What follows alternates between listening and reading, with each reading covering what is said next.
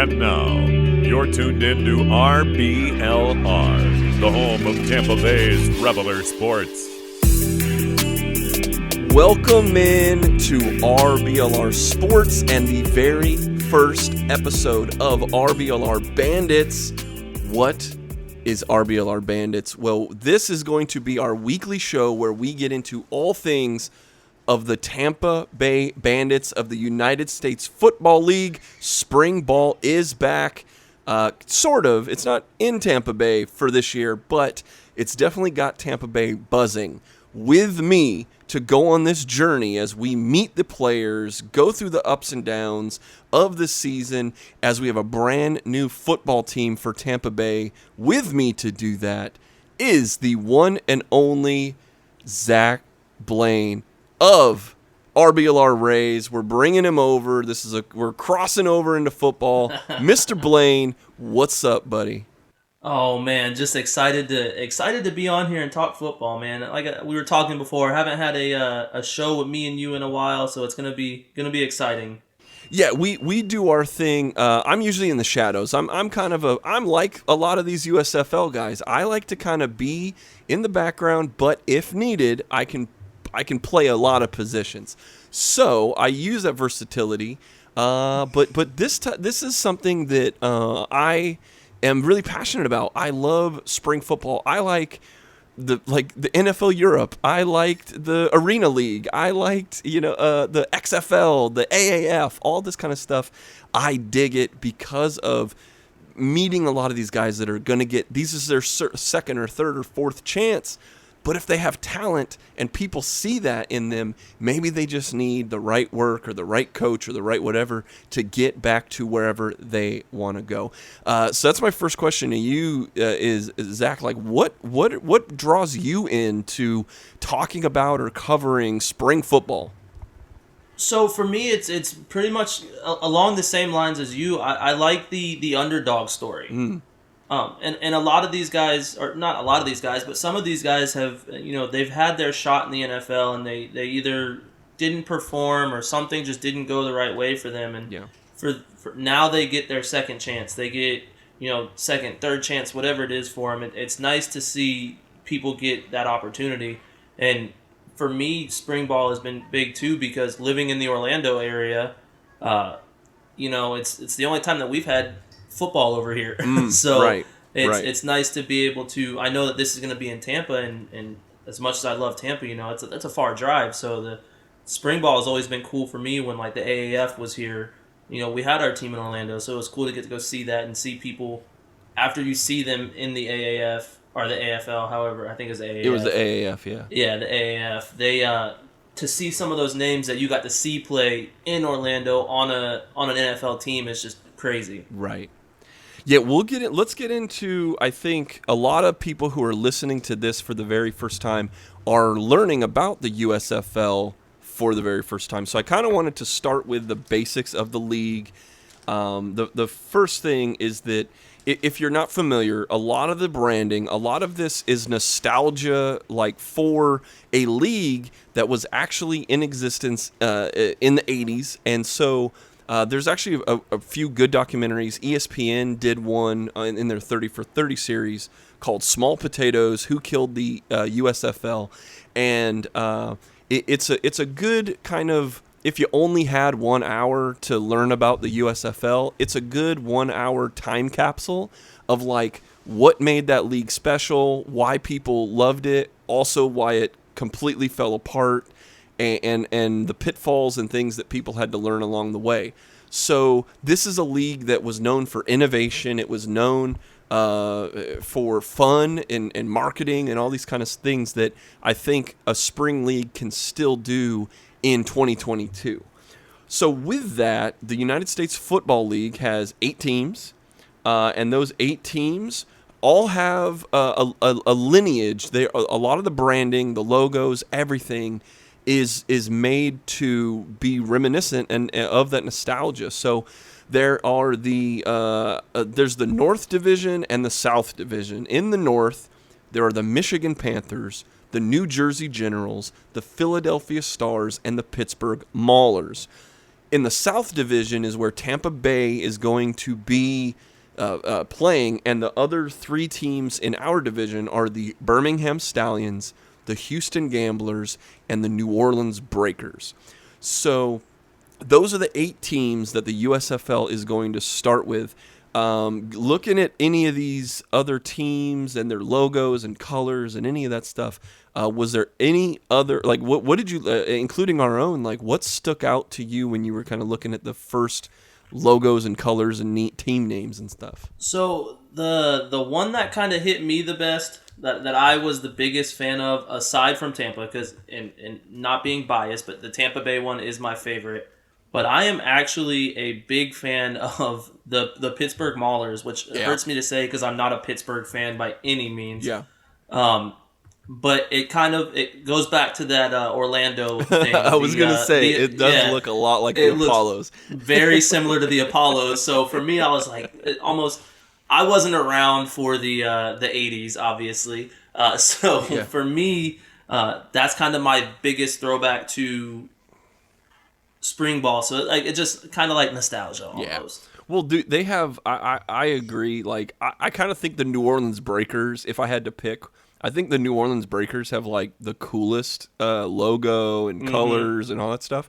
But the Maulers are second for me. I'm a big orange and purple guy. Like I think that's a really cool, because there's a lot of red in this league. The Birmingham Stallions are red. The Generals are red. The Stars are red. The Bandits are red and black. The Gamblers are red and black. I'll say the Gamblers are red and black too, Even the Michigan Panthers are like burgundy and blue. So it's like it's a lot of the 2 teams that aren't that color scheme are the Breakers and the Maulers. So they really stick out to me. But the Bandits, like I agree with you. The Bandits are an absolute like legendary team of the USFL. The way that the Bandits were embraced by this community, I think, is really apparent with a lot of people are coming out of the woodwork talking about like, I still have Bandits clothes, and they're talking about like Burt Reynolds was a co-owner of the team, and like I mean, Steve Spurrier got his start, and like just all this stuff that was like just reignited in this community. Now, one thing I did want to say is that what people are finding out, though, is that they're not actually going to play in Tampa Bay this year. And so what I think it's important to know is that, like, one problem with spring leagues in the past, the AAF had a big problem with money. They just didn't have money. They ran out of money, and they couldn't pay the players or the coaches, and they ended up just shutting down the league because they couldn't find money. The XFL was doing well, but teams like Tampa Bay, the Vipers, weren't really generating the revenue that I think it would have taken to keep them in a large stadium like Raymond James Stadium and things like that. So what the business model of the USFL in the first year, at least, is that all the teams are going to play in one city. They're going to play in Birmingham, Alabama. There's 4 games every weekend. They will be played between 2 stadiums that are in Birmingham, Alabama. So there's Protective Stadium and Legion Field. So if you're ever thinking about a road trip, this is the place you want to go if you want to watch a bunch of football. Now, so thoughts on that? Like, personally, it would have been really nice to say, like, oh, hey, the Bandits are playing, like, there's not really a college stadium around here, but I mean, so they might have tried to go to Raymond James Stadium. But as nice as that would have been, I think it's important to learn from the mistakes of some of these old leagues. But what say you? I mean, so I agree with you completely in the terms of, like, it would be amazing to, and especially on a Saturday, like, you know what, I want to go watch football. Like, I can make a trip out to Tampa on a Saturday. With them being in Alabama, obviously, I'm probably not going to watch a live game this year in person, but right. It makes sense and not to, from what I understand, they're calling it almost like a bubble, like what they did like a hub in or a the bubble. NBA. Yeah, like a hub or a bubble. So from what I'm reading is that the first 2 years, odds are that there's going to be some sort of bubble. Okay. It's confirmed the first year, like they're playing all their games in Birmingham. That's correct. And then the second year, it's looking like they're going to be playing 4 teams will be playing their season in Birmingham, and then the other 4 teams will have a site somewhere else. And then by season 3, they're expected to be in their own stadiums. Okay. Yeah. Which I think makes sense, and it kind of gives you hope that it's not going to be a one and done like the XFL was and like the AAF was, because if they're already planning out to season 3, it seems like they're taking the financial side into concern more than the other leagues were. Right, and it's important to also know that the predecessor, a lot of the stuff that they tried out was last year in a spring league, literally called the Spring League. And so through this experiment, it got Fox Sports and as a company to invest in the USFL as a kind of, they tried it out. They were all in one city. And I think it just in terms of having to travel or having to pay money for kind of like superfluous things, they can cut a lot of that out so they can actually pay the players and have everyone in one city so that, they can probably get better rates on like hotel rooms and whatever, because that's part of what they're doing with the players. We won't get too far into those details, but suffice it to say, basically the players are getting a better rate to live their extended stay. And so it helps out kind of make this worth it to play football again. Because everyone's playing for different reasons, but for some of these guys, this might actually be the last time they ever play football, which there's part of a charm in that as well. Exactly. That not every one of these guys, like, it's very rare if any of these guys are going to actually make it to the NFL.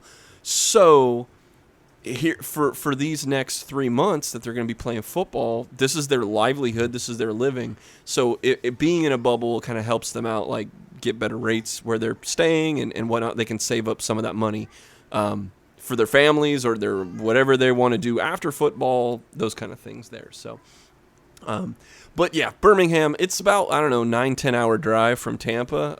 I Google mapped it not too long ago, and I'm like, Zach, man, I think I need to use some sick days and a little podcast little road trip, and we gotta make it happen. Maybe they are playing the playoffs.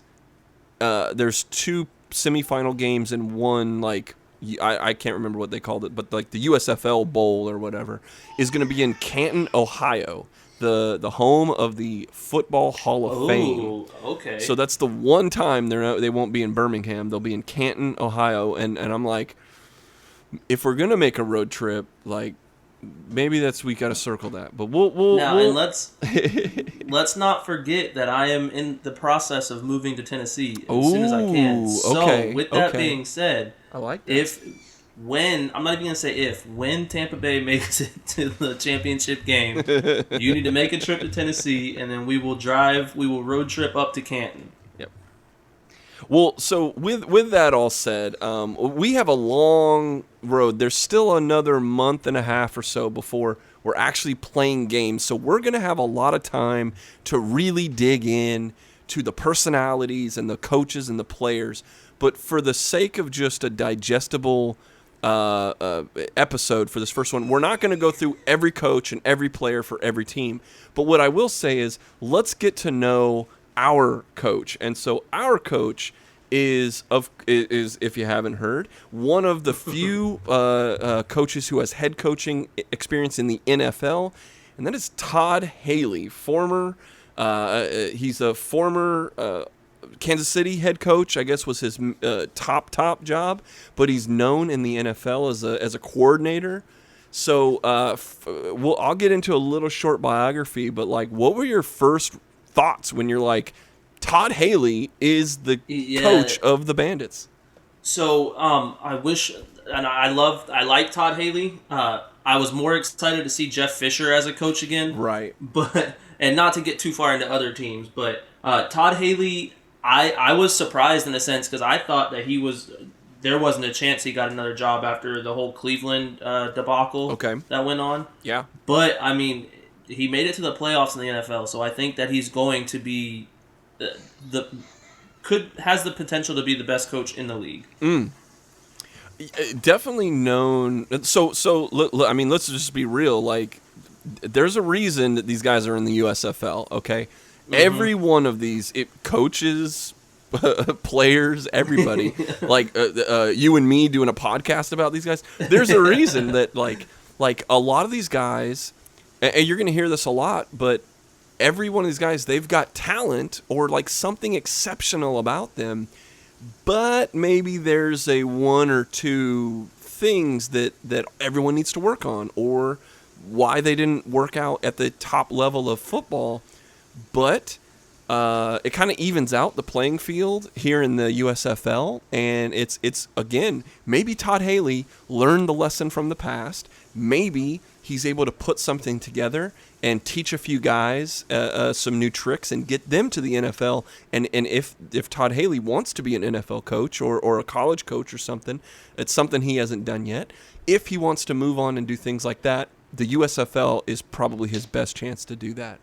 But let's start from the beginning with Coach Haley. Coach Haley started as a scout, which I think is important because the coaches are also the general managers in this league. Exactly. So he started out as a scout for the Jets in the mid-'90s, eventually becomes the wide receiver coach there, moves on to Chicago Bears to be their wide receiver coach, then goes to the Cowboys, then eventually gets promoted as the Arizona Cardinals offensive coordinator working with Kurt Warner in 2007 and 8. It does such a great job there that the Kansas City Chiefs make him the head honcho for their NFL franchise. That doesn't quite go to plan, right? Which, unfortunately, coaches get their shot, and sometimes you get one and done. So he has to go back down as an offensive coordinator, and all he does is take Ben Roethlisberger and the Steelers to one of the best years in the NFL, and then gets another shot after about 5 years there as the offensive coordinator in Cleveland, where it didn't work out so well for Mr. Haley. Coach Hugh Jackson calling Todd Haley being hired there the worst thing he's ever done in his career. With all that said, as one of the few coaches in the USFL that have NFL experience, what do you think? I mean, I guess if we're to say good things, what are the good things you think that Todd Haley's going to bring to the USFL? So, on the good end, I think that it gives the players on Tampa the idea or the feeling of like, okay, this is our chance. Like, we have Todd Haley. He's coached some of the best. I mean, he coached Larry Fitzgerald. He coached Kurt Warner. He coached Ben Roethlisberger, Antonio Brown. Like, he has been a part of things that have worked in the past. Okay. So I think that it's going to give them, the best shot. And maybe if it's just a mental thing, okay, we can make it. If he's coaching us, we can make it, sort of a deal. Yeah. Well, and you said the word mental, and that's as I flip to kind of like what are we looking with, like, why is Todd Haley here? And I think a lot of it comes down to he's known as a very intense, aggressive kind of coach. Mm-hmm. He's not like, I mean, he's not Tony Dungy, you know what I'm saying? Like, exactly. He's not even Bruce Arians for God's sakes, It's like, but Todd Haley associated with Bruce Arians, but with Todd Haley, I think that this is a chance for him to be with pros, and but also be able to get that shot to maybe nurture these underdogs and not have to just like maybe yell and scream just to do it, but maybe I hope. I mean, this is one of the things I was not so hyped about, to be honest with you. I'm not a big Todd Haley guy. Exactly. I guess if I have to just put it out there, Like, I was not stoked that we didn't get Jeff Fisher or we didn't get a new guy. Or Kevin Sumlin. Well, I was even like, if there was a young, hungry, upstart coach, like some offensive guru coach that we've never heard of before that's like slowly rising up or never got the shot or whatever. But when we get Todd Haley, he's a guy that's a flameout in the NFL. Mm-hmm. And the last thing he did was he's literally, I'm not making this up, he was the offensive coordinator for a high school team in Sarasota, Florida, okay? So if you, like, I'm not trying to be mean, but this is what, well, I'm in the good way. I'm hoping that was a humbling experience. I hope that I hope it got him in touch with the love of football and the love of teaching and the love of, like, just the game, right? Versus, like, the ups and downs in politics and almost, the negative side of NFL football. I'm hoping, this is like my everlasting hope is that... Your Hail Mary. Yeah, I'm hoping that this is what it turns out to a positive experience. But this is something that we'll check back in on. But Todd Haley, I wasn't really excited because he was a flameout and he kind of got kicked out of the league and... Well, here we go, and so we'll see what goes there. But on the field, I would like to dig into this. The notes that I have on Todd Haley is that basically we should be expecting a vertical passing attack. Yeah. I think that Todd Haley likes to stretch the field. Is that kind of what you're looking out of a Todd Haley offense here in the USFL? Yeah, that was one of the things I was going to bring up. Okay. And aside from the mental state of the team, I think that it shows in the fact that we drafted the quarterback that we drafted, and we'll go over it later. But yep. I have a feeling that we're going to see a lot of passing from him. Okay. And I'm excited for it. I love the style. I'm not, like you said, not a huge fan of the guy, but I love the style that he plays, or that he coaches, I guess you call it. Okay. Let's be honest. Football is entertainment, right? And exactly. If it's not an entertaining style of football, especially in a league like this, I think they're hiring guys that... Jeff Fisher is one thing, but he's... I'm not expecting a like 5 wide... trick plays and stuff like that of Jeff Fisher. Exactly. But Todd Haley, I think, is absolutely the kind of guy that's going to like integrate, run like RPO, run pass options. I think that you're gonna see a ton of like bunch formations and a lot of weird stuff to get guys open. Weird in a good way, like unique, I guess is the better word to say. But I'll go through some of my notes and let's compare them. For me, I did notice that he's run RPO in the past, which might be effective here at this level. I think that you're going to see on the run game, you're going to see a lot of pulling action out of the guards.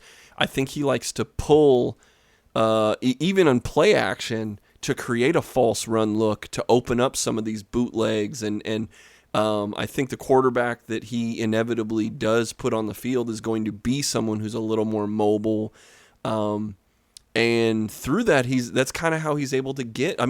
Miller is like just streaking down the field in my nightmares for the Steelers because Haley would find ways to get the seam open and tight end routes and stuff like that. So that's a position that we'll get into when we go to the players, but. There's going to be some impact players that might be tight ends in this league and on this team. So on the run game, I think that I've seen a mix of power running and zone running. Again, loves the counter play. So what you're pulling guards and doing things like that on the counter. But one thing I've noticed is that Todd Haley always has a featured back. There's always one guy that gets like 80 to 90% of the carries. He's not a big 50-50 committee guy. And so that's something that I would like to say. But then again, Haley, when he was asked about like his own style, I think Haley thinks of himself as not being particularly bound to the rules of a system. Like, I am a West Coast, I am a I am this kind of system or whatever. I think he would tell you that he looks at his personnel that he has and crafts a playbook around the strengths of those guys. If that ends up being true, I think that's exactly what you're looking for out of a spring league coach. But I also think that Haley's he definitely has some patterns that I've seen, and those are just some of the notes that I had. What did you have as far as what should we expect his coaching on the field to be? Yeah, so I think the way you explained it is almost perfect. I would have used the word innovator, or innovative. Okay. I feel like we're going to see a lot of stuff that wouldn't work in the NFL or wouldn't be something you'd see in the NFL, but it's something that it's going to be exciting. I'm looking forward to. I didn't go quite as a deep dive as his tendencies yet. Yeah, no worries. We got a lot of time. Yeah, exactly. But I do think that he's going to be one of the guys in the league that's not one of the college coaches. Yeah. That's going to actually experiment a little bit. Okay. Like you said, that's kind of what the spring leagues are about, is to be entertaining and try stuff that's new. So I think that he's going to be one of those guys that gets creative with it. Well, and the one thing, I guess, if you look at all the players that he's coached, on one hand, you go, did Haley have a hand in making these guys good, or is he basically the guy that got to sit shotgun and call plays for these really good quarterbacks? I mean, he's been the coach for Tony Romo in Dallas, Kurt Warner, Matt Castle's good year. When he came from after his really, really crazy year, the year Brady got hurt, Castle was the quarterback in Kansas City, and Ben Roethlisberger, of course. I mean, that's 3 out of 4 of those guys are Hall of Famers, right? Yeah. Well, 2 out of 4. Well, yeah, it depends. It depends Romo's got numbers for sure, but maybe. I was talking Big Ben. I thought you were talking Matt Castle, buddy. No. Oh yeah, Matt Castle, definitely the Hall of Famer. Hall of Famer. So, with that, I want to be realistic. I want this to succeed, but we're going to be realistic with a lot of this, and so with Todd Haley, I'm hoping that you're right, that he's going to be way more of the innovator type coach here, and utilize his quarterback and utilize his roster in different ways. So I'm excited now after looking into it a little bit, and I'm like, for every but, maybe, and whatever, there's still so much just optimism about it's a clean slate right now. Who the hell knows what's going to happen? So. Over the next month, we're definitely going to go into and do a lot of prognostication about that. So it's going to be a fun ride. I guess without a doubt. We'll do something fun at the end. We'll talk about the uniforms and everything. We'll do a little fashion corner at the end. But I kind of wanted to go through and meet the players just very quickly as we go through. This won't be a super duper deep dive on the roster, but at least we'll break it down, a little bit of fun facts and whatnot for these guys here. So there was a 2-day draft, kind of was all Twitter was talking about for 48 hours was these guys and names you haven't heard in a few years, guys that have washed out of the league, but a lot of these guys were big names in colleges. But then also there's a ton of these guys that we've never even heard of unless you're watching FCS football or 1AA football or just crazy stuff, man. There's even a dude that never has played football as a kicker, but he was a first-round draft pick in Major League Soccer, is now a kicker in the USFL. So it's there's a lot of cool and interesting things that are happening in this league. And so if you didn't get a chance, we were tweeting about it at RBLR Bandits on Twitter. I was putting up, as the picks were coming in, putting up graphics. You can definitely go back and see pictures of all of these guys and when they were drafted. We are on Twitter at RBLR Bandits. Please We've got really good, the first couple days of it being around, we already have, like 50-something followers, like just boom, right off the bat. So it's been wonderful. But while you're here, hit that like button, hit that subscribe button, whatever platform you're listening to this right now. If you're on Spotify or Google Play or Apple Podcasts or whatever, if you're on YouTube, man, hit that like button, hit that subscribe button. And if you also happen to like any of the other Tampa Bay teams, we talk about the Rays and the Bucks and the Lightning and the Rowdies even. We cover all things Tampa Bay sports, and you can be along for that ride too. So with all that out of the way, let's talk about the star, the first pick that they made, the quarterback that they selected, the marquee name, that's Jordan Tamu. I guess college-wise, he came out of Ole Miss, but this is a guy that's probably most known as one of the stars of the Spring League a couple years ago, the XFL, which was a pretty good success, especially with the on-field play. It was entertaining, it was good, and this is a guy that led the Seattle Battlehawks, one of the best franchises in the XFL, definitely had the best, biggest fan base and following. A lot of those guys are now going to be Tampa Bay Bandits fans because of Jordan Tamu. Exactly. Give me something on Jordan. Like, is this a guy that you've heard of before? Did you see him in the XFL? And what are your thoughts? So yeah, he was one of my favorite players in the XFL, and when he got signed, I want to say it was to Kansas City after the XFL. I know he'd been on a few practice squads, but I believe he got signed to Kansas City after the XFL folded, and I think that he's got experience at this level, which is what's exciting to me about him, and he fits that somewhat mobile quarterback that we were talking about previously, how we're going to get those bootlegs, we're going to get those RPOs. He fits that scheme perfect. Well, I think too, for me, quarterback play to me is all about accuracy.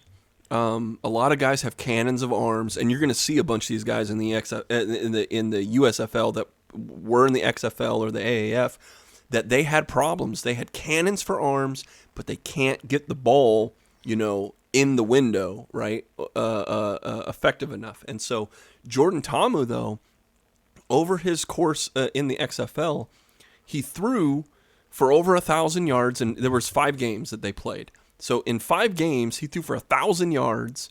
He, out of 134 attempts, he completed almost 73% of those throws and only had 2 interceptions to 5 touchdowns. So, he was throwing the rock around, and St. Louis was definitely one of the teams that, the XFL was very much a passing league, and he was one of the stars of that league. The only guy that really, I think, did better than him was Philip Walker was a big star. Oh, PJ, yeah. Yeah, PJ Walker. But PJ Walker's this is a guy who ended up starting some games in the last couple years in the NFL, and he's actually should probably get a shot in Carolina. But other than that, Jordan Tamu's literally right underneath a guy who is a starting quarterback in the NFL. So that's the kind of level that I'm expecting to see out of Jordan. This is a guy who did bounce around a bunch of NFL practice squads, but at this level, I think he should be one of the stars of this league. He's definitely going to get his shot. The second quarterback that they ended up picking towards the end of the day was a guy that to be honest with you, there's a lot of these guys that I've never heard of before. I'm going on the journey along with you, the listener. I'm going on the journey of learning who some of these guys are. And that one of those guys is Brady White out of Memphis. He did play in the spring league, but again, this is a guy that I think we don't know a lot about, and we're going to find out. So Brady White did go to Memphis, I guess. There's another Memphis quarterback that made it into the USFL with a little bit more cachet. Paxton Lynch. Paxton Lynch is playing in this league. Oh, Paxton Lynch. Oh man. But we'll get into that when we're down the road. But I guess if there, did you want to go introduce us to the running backs? Yeah. So we drafted 2 running backs. We got B.J. Emmons and Jawan Washington. Emmons went to FAU, and Jawan Washington was a San Diego State Aztec. Neither one of them have played in any. They haven't had any spring experience, but Emmons was on the Seattle Seahawks practice squad. Right. And again, those are, I'm not going to lie to you, just kind of as you said, those are 2 names that I am not very familiar with. 100%. I've never, I couldn't tell you if I've seen any of them play. I mean, to be honest. Exactly. So I don't know much about them. That'll be something that, like you said, I'm excited to go on this journey with you and the listeners and getting to know them. But some of the notes that we've got here, with especially what I'm kind of excited for is Jawan Washington, is that he can return kicks, Mm-hmm. and he's fast. Okay. So I'm excited for that, and again, that kind of fits the outside run a little bit, or where we're pulling guards and we can have those counters. Yeah, we'll see. Wide receiver wise, there were 6 wide receivers there were 6 rounds, and each round they picked like you have to draft a quarterback in this round, or you draft a tight end in this round, or whatever. So for wide receivers, we ended up with 6 of them in the draft. The first guy that I'll talk about is Eli Lamar Rogers out of Louisville. Here's a guy who has played in the NFL. Not just played, started games in the NFL. He played 30 games for the Pittsburgh Steelers, and he started half of those. He also has spring experience with the DC Defenders in the XFL. So he was the marquee first wide receiver that we drafted. And it's going to be interesting to see. There's kind of a pattern with the wide receivers. A lot of these guys have NFL experience, or at least NFL practice squad experience.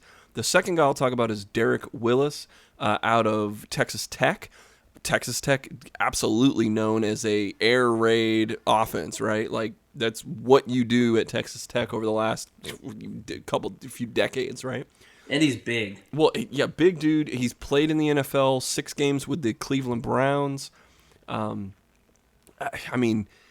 Derek Dillon, since we're just drafting Dereks at this point, Derek Willis and Derek Dillon will also be in the room. Derek Dillon, coming from a SEC school, Louisiana State, you might have heard of him, the Tigers. It's a guy who spent a little bit of time in the Giants practice squad. Jordan Lasley at a UCLA, bounced around with Baltimore, Oakland, and Detroit in the NFL. I mean, we'll get into a lot of the strengths and weaknesses of these guys as we dig deeper, but here's a guy that you might have heard of, though. John Franklin III out of I guess the last college he went to was FAU, but here's a guy who was like at Auburn. He went to Last Chance U, the TV show. East Mississippi. He was like the star, one of the stars of that show. He was a Tampa Bay Buccaneer, so a little bit of Tampa Bay love there. Did play 1 active game, but was on the practice squad a lot. Also injured during his time here in Tampa Bay, but he's got a ring. He does have I'm pretty sure he's got a ring for playing with the Bucs. I think so. A Super Bowl ring, I mean. And then the very last, here's an interesting name, and a lot of this is going to be USFL, man. It's entertainment. Vinnie Papali, who is the son of if you've watched the Mark Wahlberg Miracle, or what was it called? What was the Eagles movie called? Invincible. Yeah. About the guy who walked on, wasn't a big name in college, walked on to the Eagles and made the NFL. Well, his son is kind of trying to do the same thing here. He played in Delaware, didn't really get much action from any NFL teams. So here he is in the USFL trying to prove that he's got what it takes to play football professionally. Any of those names, I spit out 6 names there. Are there any of these guys that you've heard of and that you're excited to see what they can do in the USFL? Yeah, so Eli Rogers, I think if you're a fan of football, you've probably heard his name. When he played for Pittsburgh, he was one of those guys that just, it seemed like every time he caught the ball, it was on a deep pass. So I'm excited for him. He's very, very, another one of those just quick guys. And the one that I'm most excited for, and it might be kind of weird, but John Franklin. Okay. JF3. He is one of my favorite, one of the ultimate underdog stories to me. Yeah. Especially, on Last Chance U, like obviously it got played up real big, but, he can play everything. Yeah. We need him. I feel like, if I'm not mistaken, he played corner and wide receiver. Correct. So he's just one of those guys that I am excited to see him get an actual chance.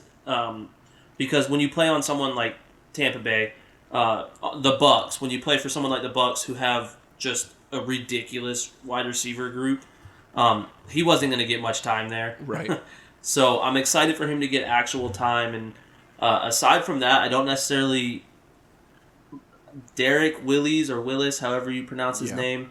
I remember him kind of, but not very much. But I do see that, every one of them, aside from Vinnie Papali, or however you said it, Papali, or however you pronounce his name, they all went to big schools. Mm-hmm. So they have that experience of being at the top level of something. Yeah.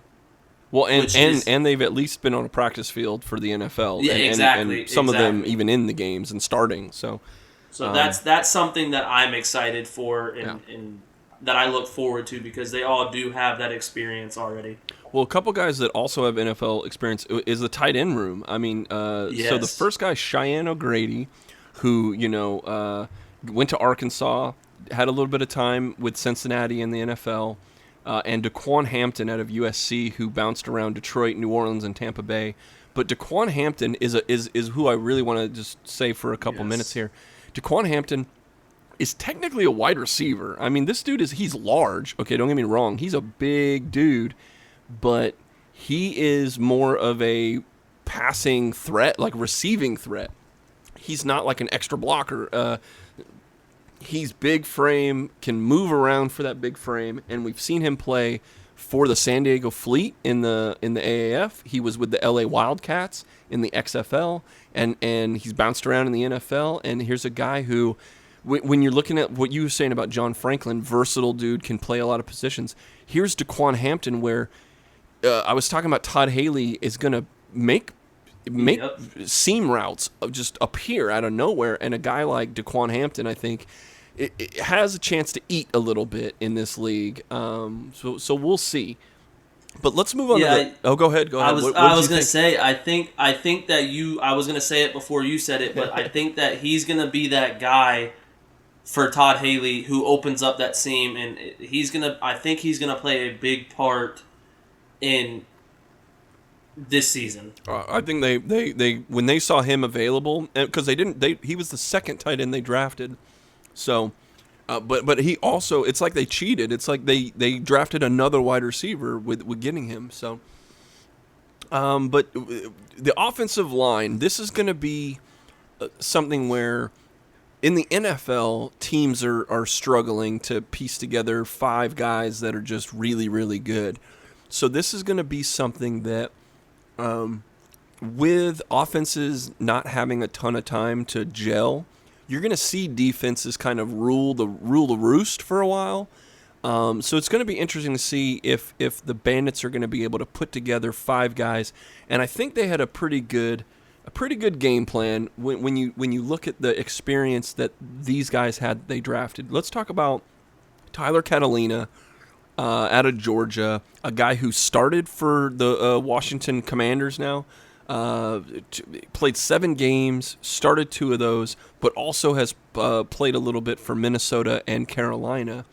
Corbin Kaufusi out of BYU also has NFL experience with New Orleans, the Jets, and the Niners.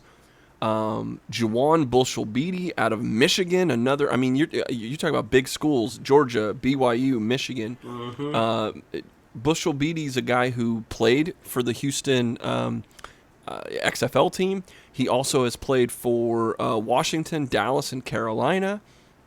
Bruno Regan. So Bruno Regan, interesting fact here, Zach, is that he actually was the center for Jordan Tamu in the XFL. Really? Yeah, so here's a guy they already, because that center to quarterback handoff is the snap is very important. Here's a guy who they already have chemistry because they played together in the XFL. Exactly, so they already have that relationship, which is nice. Yeah. Fred Lewina from Oregon State played with San Antonio in the AAF, played in the XFL for the Wildcats, and also has a little bit of time in the NFL with the Cleveland Browns. And very last guy that we'll talk about on the offense is Damian Mama out of USC, who also played for San Diego in the AAF and the XFL with the New York Guardians. So one thing that was really impressive to me is that all these guys are pretty much in that tier where they're like top tier spring league guys that have also been fringe NFLers. But then, of course, the biggest thing, Bruno Regan, having that little bit of experience, I think, with Jordan Tamu is going to be. If you're looking for any little thing that's going to give us a quick spark to help the offense flow a little better, because it's going to be rocky for I think a couple weeks when the live firing starts, when it's not just practice. That's when you see if people actually understand the assignments and commitment that it takes for the offensive line to gel. So having anything in terms of cohesion with a quarterback or any other players on the team, I think is going to be big. So. Yeah, exactly. And I got to give a little shout out real quick to Fred Laina because I'm a huge Oregon State fan. Go Beavers! That's my favorite college team. I know it's weird because I live in Florida. I spent time out in Oregon, I promise. But Oregon State is my favorite college, so I'm excited to see him play. I know he's an offensive lineman, but the Oregon schools are known for just these big, big guys. And Damian Mama as well. It's weird that I know that man's name. Granted, again, I am a Pac-12 fan because I'm an Oregon State fan, so I do. That's probably why I know him so well. But he's one of those other guys that watching him play at USC, he was very good. And I think that he's going to be very, very solid for us. Yeah. Moving to the other side of the ball, because there's a couple guys that are going to be, if you follow Spring League and you followed Tampa Bay stuff, then there's a couple guys you might have heard on the defense here. But there was a few guys that we'll get into at most of these positions that had really, really good resumes. And the first of those is defensive tackle Dalen Mack out of Texas A&M. This is a guy that, very highly recruited and actually drafted into the NFL in the 5th round by Baltimore, and he has played with Detroit, the Giants, Green Bay, the Arizona, and Tennessee. So, again, in the NFL, they're always looking for talent on the line, and guys get injured, guys have to move around. There's going to be a lot of moving around in this league, and for a guy like Dalen Mack, multiple teams have he's not just getting a shot. Like, a lot of these teams are like, this is a guy who might play for us. So I think that bodes really, really well for coming into a USFL type experience. Yeah, and to just kind of add on to that, like you said, I think the fact that he's been drafted almost feels like he's going to have a drive to get back there. Yeah. Because he's like, all right, I don't want everyone to think that I'm a bust. So, granted, it's taken a little bit of time, and he's one of those just big defensive tackles. Yeah.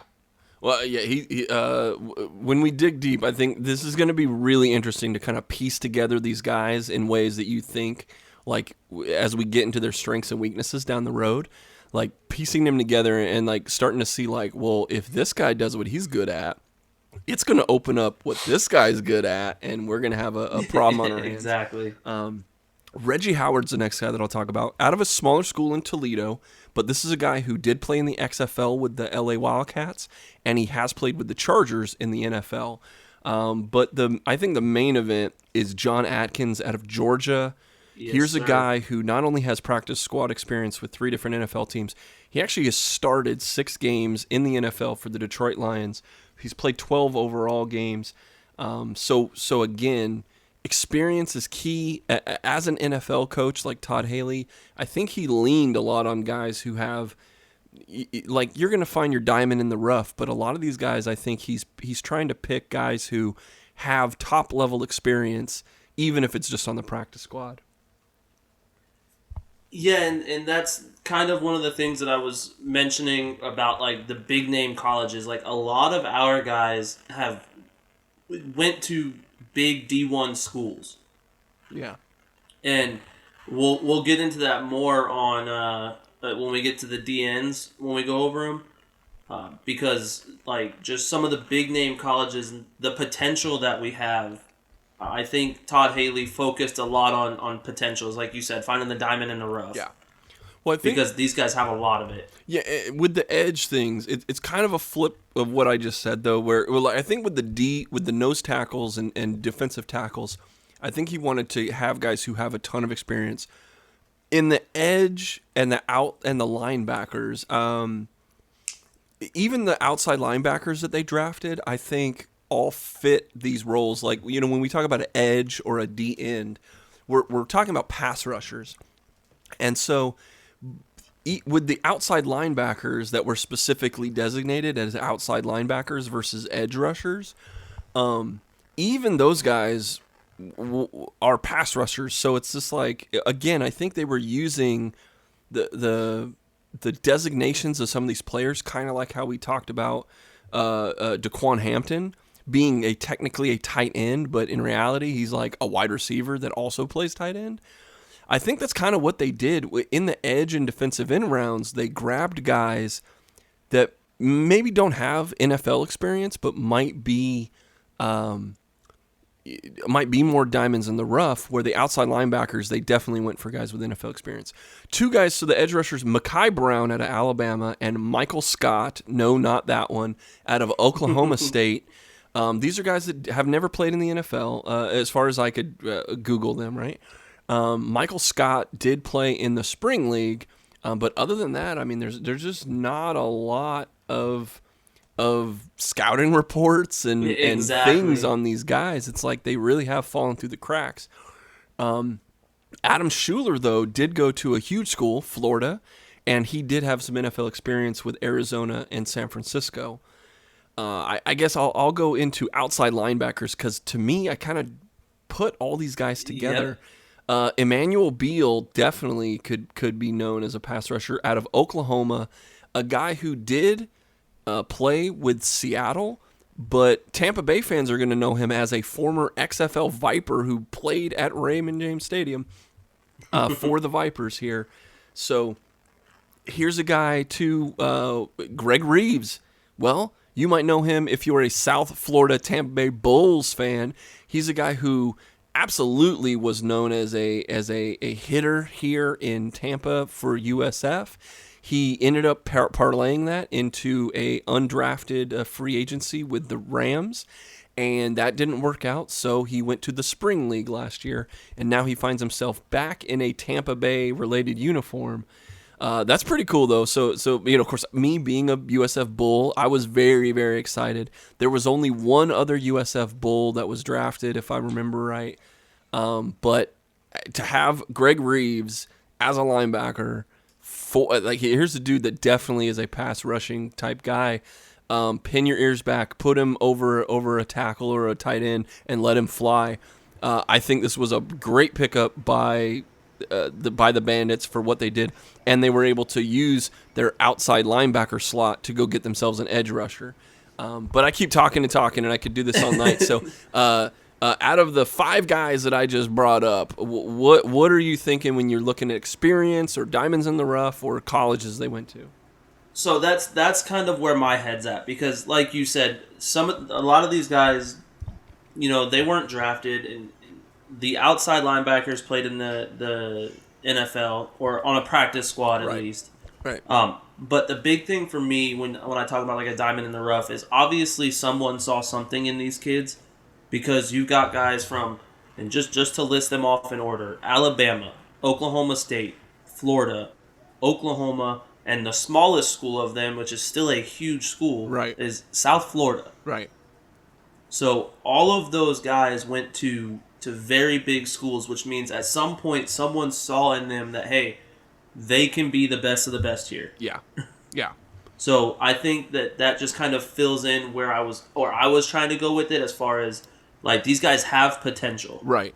Yeah, well, so one of the fun things about the USFL draft is that we were learning of schools that like we've never heard of before. Guys were coming out of like Tarleton State University, and, Occidental. I'm Mississippi Valley State, which, like, no offense to any of those guys, but like even there at the college level, sifting through the rubble of like, where do we pick these guys up from? Didn't Jerry Rice go to Mississippi Valley State though? Well, we're talking, exactly. This is guys like, Savannah State. The only guy that's ever went there was like was Shannon Sharp, right? And for that, great, but I definitely think the pedigree was top notch in this when you're putting together this team. If we move on to the inside linebacker, Christian Sam is a guy who went to Arizona State, right? That's kind of on the same level. Pac-12 school, another big school here. Played in the NFL, Miami, San Francisco, Detroit. But he's one of the few guys that has been drafted in the NFL. It was a 6th-round pick by the New England Patriots. We talk about pedigree. The Patriots saw something in this guy. So whether we're talking versatility or something, there's something inside of Christian Sam that had made Bill Belichick be like, yeah, let's take a flyer on this guy. Yeah, so New England is my dad's favorite team. Okay. It's my dad's favorite NFL team. Okay. So I've followed New England as, support my dad. I'm a Tampa fan, but I got to show a little bit of love. Yeah. Christian Sam was one of those guys that I was upset didn't make the team because, and you noted it, he is one of those guys that he does so much better in games than he does like testing. So at the combine, didn't have a great combine. That's why he went in the 6th round. Right. But on the field, and I remember watching Oregon State play against Arizona State and just hating this man. So he is one of those guys that I am very excited to see play for a team that I root for, because he's special, and I'm excited for him.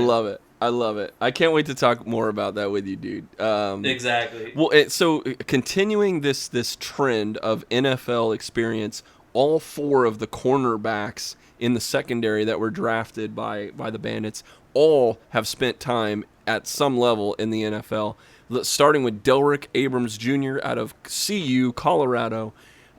He actually made the active roster for a game for the Atlanta Falcons, and also has played with the Rams. Devontae Davis out of big school here, Texas. He spent some time with the Seattle Seahawks. Christian Campbell, which I'll note here, Christian Campbell got the most out of all the pictures and graphics that I posted about okay, this guy was drafted to the Bandits. Christian Campbell has a fan club, okay? And I don't know if it's just because he's from Penn State and all the Penn State fans are just like going goo-goo for this guy. But here's a dude who was drafted in the 6th round by the Arizona Cardinals and played there, but also played with New Orleans and San Francisco. This dude, massive fan club. It's all like my phone. I had to plug my phone in because it was dying because I kept getting notifications. You're getting retweet. All these guys. Christian Campbell is the man, right? I'm like, okay, let's go, Christian Campbell fan club. I can't wait to learn more about this guy.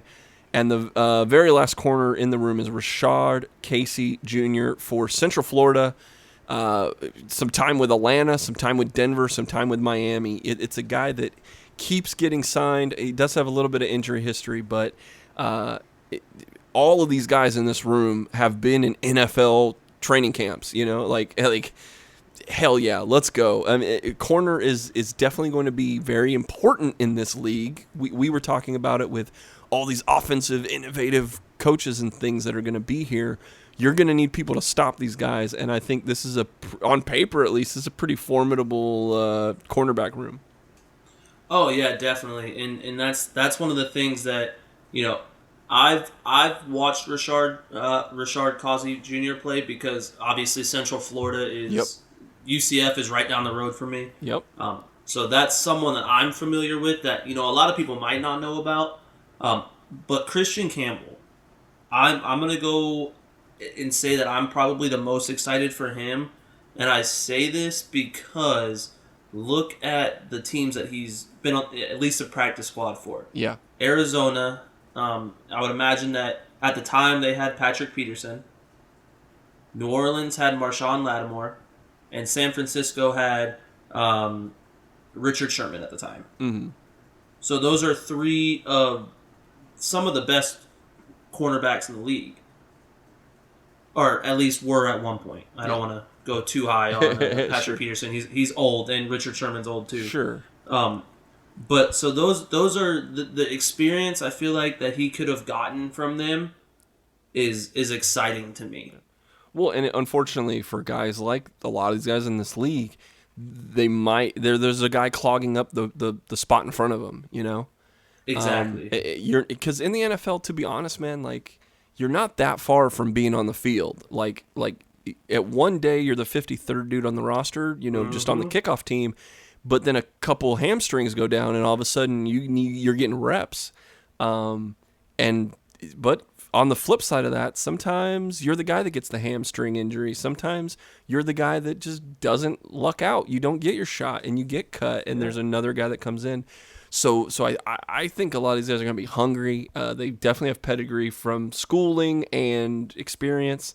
There's two more guys to talk about before we wrap this up. But again, another guy that would be like people getting hype about, and that is Obi Henry Melifonwu out of UConn, a guy that was drafted in the second round of the NFL draft by the Oakland Raiders at the time.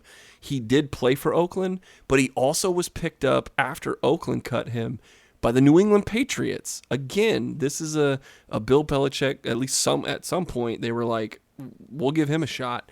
But he's also bounced around with the San Francisco 49ers and the Philadelphia Eagles. Quick, I don't think is a good enough word to say this about him, but at the safety position, speed kills, man. But this is a guy who has that in spades. Before we get to the very last guy, what do you one, I got to make sure I'm pronouncing this right, but Melifonwu, what excites you about Obi Melifonwu? So again, Dad being a New England fan, he is also a UConn fan. He doesn't follow college sports very much, but he is a UConn fan. Okay. So again, someone that I've watched even throughout college, I think that's another thing that he didn't get was like, I feel like when he came over to New England, if I'm not mistaken, he was traded to New England. But I could be wrong there. Don't quote me. When he came over to New England, when he came over to New England, we had Patrick Chung at the time and Devin McCourty. So there was almost no chance of him playing safety. Okay. But on special teams, he was like, you could just see how fast he was. Yeah. And he's an amazing tackler. And so I'm excited for him because the pedigree, he was a second round pick for a reason. They don't all work out when they get drafted, but there was something there to make him a second round pick. Yeah. Well, part of that's the Oakland Raiders, and they're not exactly the most best run franchise in the National Football League. So. Okay, that's fair. That's fair. They've whiffed on some first rounders for sure. A lot of first rounders. But yeah, so I think that he's going to be the level of athleticism and everything there is just going to be amazing. Yeah. And the very last guy here, Anthony Siofi, played for Rutgers. Here's a guy who he bounced around a little bit, practice squad from the Oakland Raiders and the Jets. A little bit of time in between him kind of being in football and coming back.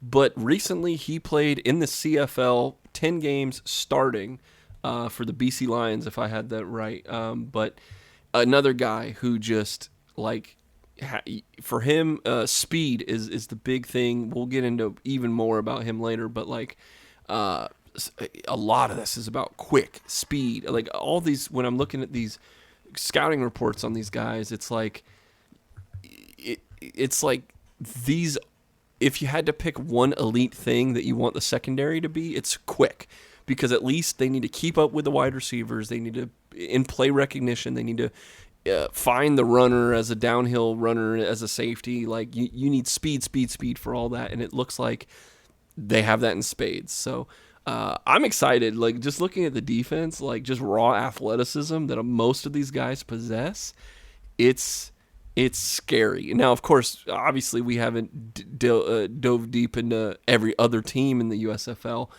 but just looking at this team as it's constructed after the draft, the pedigree is there. Now it's just what's really there. What gas is still in that tank? Are they still nursing whatever, if they had an injury in their past? What are the dents on the cans? Why are they half price right now? You know, like, that's what I want to know. And we'll find all that out.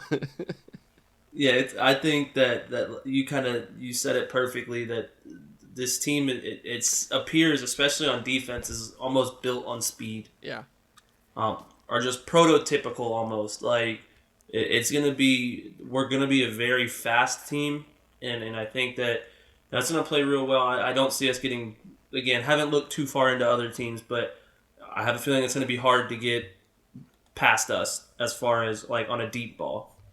Well, let's do one more thing. We've gone a little over an hour, so thank you for everyone who stuck around this far. Again, we are doing this every single week. Hit that like button, hit that subscribe button, share this with your friends. A lot of excitement right now for the USFL. We'll have a little fun on the way out here, though. Let's take a look at the uniforms. I want to get your rapid reaction here. The iconography of the Bandits is definitely one of the more known teams from the past. What did you think about these jerseys? What do you like? Are there things you dislike? Are you going to wear one as soon as you can get one? Am I going to wear one? Going to be honest with you, probably not. It's all right. I don't personally wear jerseys in general. Yeah, it's okay. But if I was going to, this would be a top 5. Okay. Yeah. No, I like it. I think that our logo, and I'm going to, can I say badass on air? Yeah, come on, do it. Okay, all right. Well then, yes, our logo is potentially the second most badass in the league. Hell yeah. Again, I really like New Orleans too. Yep. But like, it feels like it's the most manly. It's got the most, like, bravado. It's just, in my opinion, the most badass one. Yeah, there's literally a dude riding a horse. Like, yeah, hell yeah. Exactly. So that's the thing. Like, I do think that the jerseys are kind of plain. Sure. Yeah. But aside from that, like, the color scheme, I dig the color scheme. I like the red on silver. Okay. As opposed to it just being red on black. Okay. I feel like it almost throws in a little Tampa Bay Bucks vibes. Okay. Which I'm excited for. So I think that overall, I'll say like a 6, 7 out of 10. Okay. Yeah, the words that I would like I definitely am with you. The simplicity is there. When you look at these jerseys next to the original USFL, now I mean obviously style has changed in the last 40 years, but I think a lot of this was an homage to the clean simplicity of those uniforms, but they could have gone the other way. There could have been weird triangles and big name fonts and weird, just like weird stuff. It could have come out like the Tampa Bay Bucks alarm clock. Jerseys. No, exactly. I 100% agree with you on that. Or they could have been trying to be flashy and do all this weird gimmicky stuff. I think whoever that put together this style, they want it to be bare bones, like old school, iconic, like just clean and elegance, I guess is if I was saying that. So I dig them. I think the logos, the secondary logo of the bandit with the bandana on, like it's all awesome, dude. Like especially when you have a team named the Bandits versus like the Breakers or the Maulers or something like that. Like Bandits I'm surprised no other team has ever been a bandit, like on a professional level, because you can use a little bit of that like cowboy outlaw mentality, and I think a lot of it's in motion. The horse is in motion. The guy is in motion. It's all about it just really evokes like sports, and it's really cool. So as my little design hat there. Were there any other uniforms you were able to look at that you're like, those are, other than the Bandits, you've already talked about the Maulers. I talked about the Maulers, and then another one that I think just looks kind of like, what's the word I'm looking, intimidating. Okay. I'll go with that, is the Houston Gamblers, just that black on like, I don't know if that's navy blue, or if that's just gray.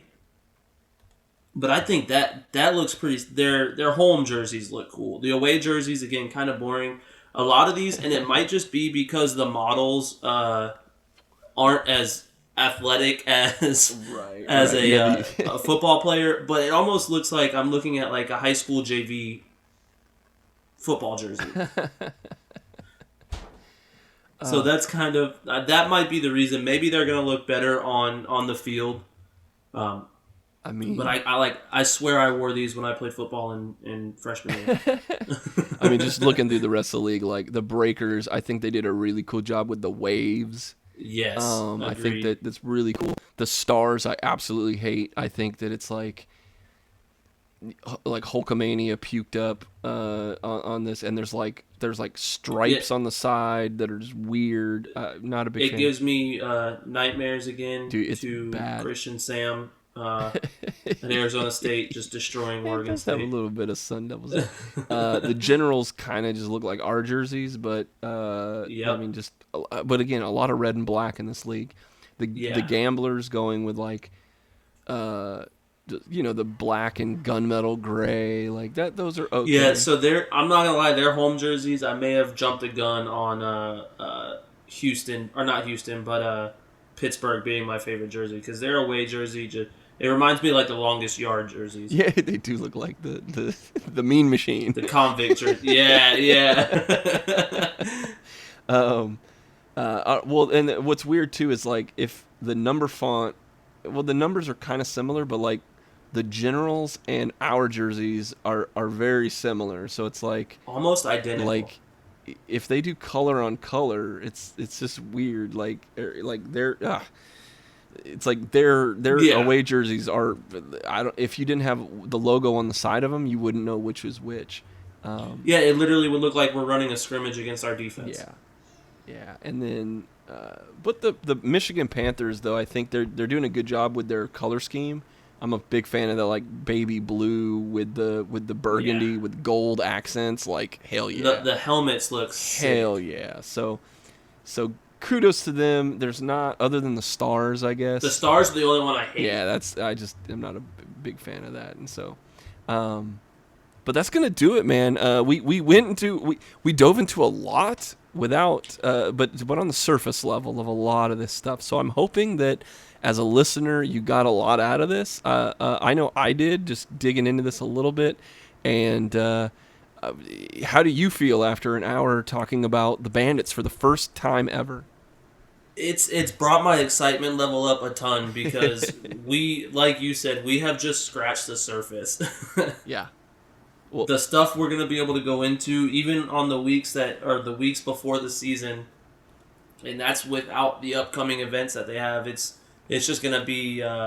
We're gonna have a lot to go over, and I'm excited to get to learn stuff that I don't know with you and with the fans, and just getting to know people that we wouldn't have really known aside from this. Well, the league is going to start in the second week of April. April 16th is the very first game, but that weekend will be opening week. We still have not seen a full schedule that should be dropping here. Probably next week we'll be able to talk about a schedule at least a little bit, and there will be a supplemental draft. A few more players will be added to all the teams on March 10th. So expect there to be an update on all those new players that we get as we deep dive position by position over this next month and a half as we march towards the inaugural season of the Tampa Bay Bandits. So for all of us here at RBLR Sports, we thank you for coming on this journey with us. For my co-host, Zack, again, my name is Yurika. We are happy to do this. We are passionate about this project, and we will be giving it to you every single week. So from all of us here in Tampa Bay to all of you Bandits fans around the world, get ready for some Bandit ball, baby. Thank you for tuning into this presentation by RBLR Sports. On your way out of the stadium, please remember to like and subscribe.